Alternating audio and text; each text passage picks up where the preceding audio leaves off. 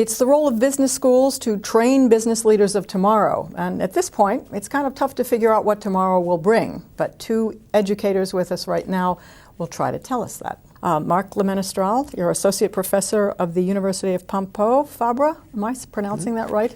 In Spain, in Barcelona. Welcome. And Gabriel Szulanski, you're Professor of Strategy here at INSEAD. So thank you very much for being here. Now you're both PhDs as well from INSEAD.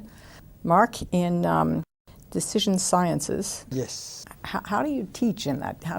What kind of decisions, can you translate any kind of decision making can be easily translated to any circumstance? I'm interested in values, so I'm asking them, about ethical values, whether they think they are ethical or not, whether they think that their company makes ethical decisions or not. And so then immediately, they can feel the emotion of the question because, it's not a question that is easy to answer. Everyone says, yes, yes. And so I ask why, and they tell me why they are ethical, why business is ethical, why their company is ethical. Then some of them say, in fact, I'm not sure. And then we realize that those who say that are honest. So we begin to feel a bit what we are talking about. And also the difficulty to look at the unethical side of business and the emotional things that are arising, all these emotional aspects. And then we talk about the economic values and basically money. And then we discuss about trade-offs between money and ethical values. And I'm training people to let's say, better align their decisions with their ethical values. Gabriel, you have a PhD in strategy, 1995. He's teaching values, you're teaching strategy. How are you teaching looking forward?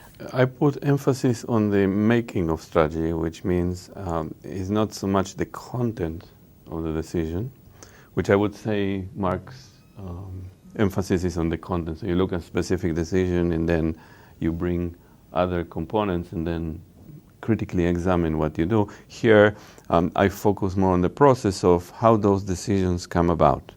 So the things I teach my students to pay attention to is the fact that beyond any specific decision that you make, there is also a process by which that happens. And the presumption is the more you pay attention to that process, you will end up making better decisions. Incidentally, there are very recent surveys run by McKinsey and all that, trying to say, okay, who did well, who is doing well, especially in situations like this. And they're finding two things. Situations that go well, processes of decision-making, strategic planning that goes well, typically have one of the big, crystal clear hallmarks is that the right people with the right skills and the right knowledge were part of that process, as opposed to some despot or some autocrat making decisions by himself or herself. The other finding, which is also interesting, if you look at managers and what do they care today, especially after the meltdown, they say we are deeply dissatisfied with the way we plan, especially now that we see that it has led us astray in many respects. So we want to know more about how strategy making actually happens, how should we conduct the process. This is very, very fresh data coming out maybe 2 weeks ago from surveys. We also know from our contacts with different consulting firms, that's what companies are asking more. They say, I don't so much care, the what you decide is important, but the how do you decide is perhaps as, if not more important in these days. My dissertation at INSEAD was, the title was A Model of Rational Behavior Combining Processes and Consequences. So, I mean, if you want to take into account all these values that are as diverse as subjective or diverse because they are subjectives, then you need to rely on a process. I mean, it's the only way that we know for this. And this is where the art of decision making is also. I mean, like, how do you organize this process? You've said in one of your presentations at INSEAD during these PhD reunion ceremonies that business should deliver more than economic value. That probably is resounding quite loudly today. the way you said it, you say should. I mean, like this, you say it means that you have a value judgment on this. It's fine. If you don't have, you can also say that it is expected to have, so that even if you don't agree with that, it's a fact that people expect from business more than economic value. So I think that's interesting also, because some people would disagree strongly on the role of business going beyond economic value. And even these people, they have to take into account the fact that it's an expectation from stakeholders. But today we're seeing a lot of emphasis on green technology, on environmental whatever, I mean, which has a lot of good social connotations. It's also probably one of the few things that still needs a lot of investment, so it's literally a green field. Is that kind of That's part of it. Usually you look at 3 levels.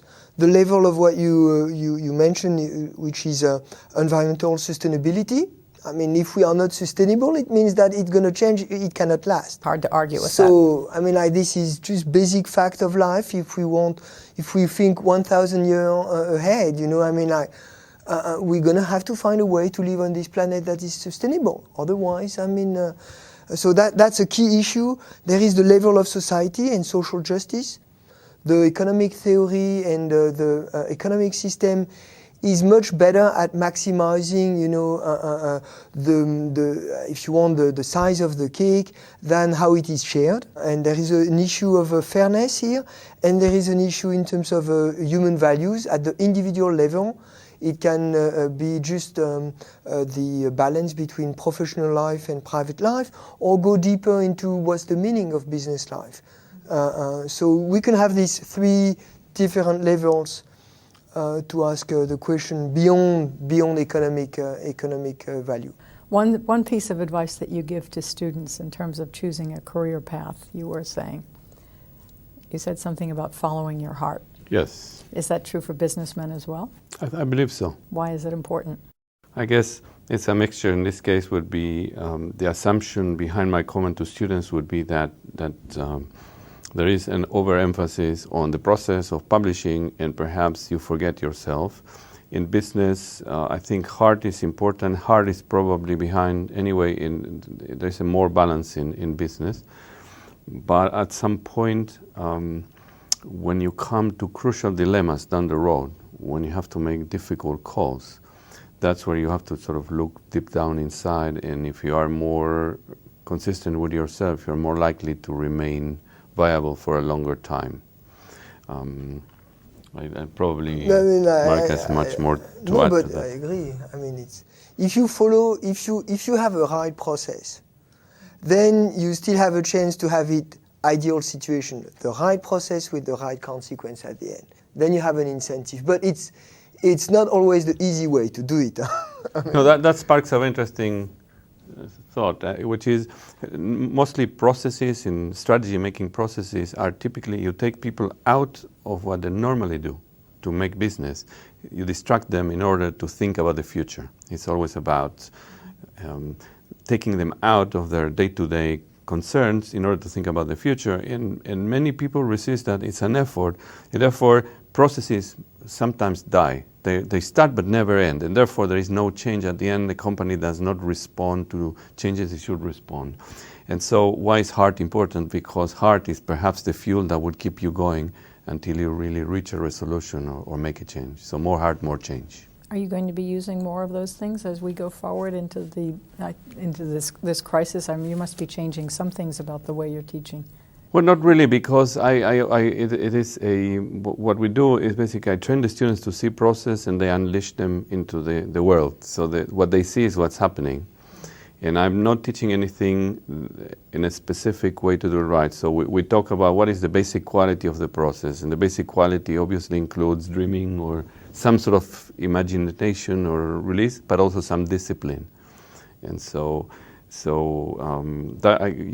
they understand the basics, but then they go and they see different things that are happening as we speak.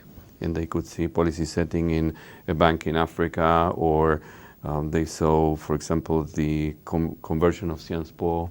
They see very, very different processes, and then they discuss, okay, so this is a good process, what is missing, what is not. And to me, the important thing is not what I tell them, I think all those decisions are context dependent, but the important thing is they have a point of view on process. They believe something deeply, and they form those beliefs by being exposed to it. Of course, I have my own convictions, but I try to run the class in a way that the convictions are the convictions of the class. And mine are just one opinion, not the only one. I like that very much. I like to go from below, you know, you give tools to people and then they use it the way they want. And it's true that the new context, the post-crisis context, make people use my tools in a different way. I think the crisis is an opportunity also. It's not just something that is negative. Sounds like we need applied ethics here. Thank you very much, gentlemen, for being with us. Thank you very much. It's a pleasure.